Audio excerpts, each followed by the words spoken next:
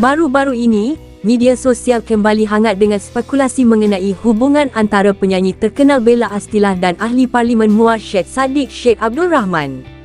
Ramai peminat mula tertanya-tanya, adakah pasangan yang sering digelar bes ini bakal melangkah ke fasa lebih serius dalam hubungan mereka? Spekulasi ini mula timbul apabila beberapa rakan dari dunia hiburan dan kenalan rapat mereka seakan-akan memberi bayangan tentang sesuatu yang bakal berlaku. Apa yang lebih menarik perhatian, ketika satu majlis baru-baru ini, Perdana Menteri Malaysia Anwar Ibrahim sendiri sempat berseluruh dengan bertanyakan tentang kad jemputan. Pertanyaan itu secara tidak langsung membuatkan ramai peminat semakin teruja dan mula membuat pelbagai andaian. Di media sosial pula, netizen mula mencantumkan satu demi satu petunjuk yang tersebar. Ada yang percaya sesuatu mungkin akan berlaku tidak lama lagi.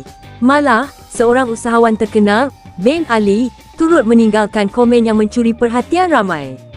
Dalam komen tersebut, beliau menulis bahawa dia tidak sabar menunggu seminggu selepas raya. Ayat ringkas itu terus mencetuskan tanda tanya besar dalam kalangan peminat. Ramai yang mula membuat spekulasi bahawa tarikh yang dimaksudkan mungkin jatuh sekitar 28 Mac.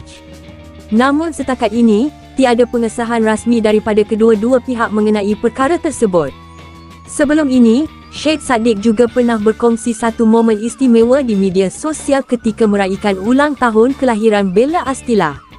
Dalam perkongsian itu, Bella turut ditemani oleh dua orang anaknya dan suasana kelihatan sangat bahagia.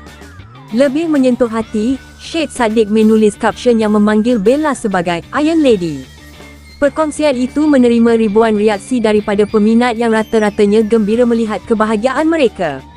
Untuk pengetahuan ramai, hubungan mereka mula mendapat perhatian sejak tahun lalu apabila kedua-duanya bergandingan sebagai duta untuk sebuah jenama pakaian. Sejak itu, keserasian mereka sering menjadi perhatian peminat. Malah, mereka juga terus digandingkan dalam beberapa kempen jenama lain.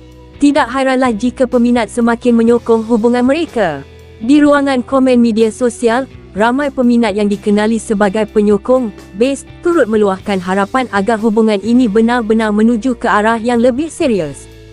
Namun buat masa ini, semuanya masih sekadar spekulasi.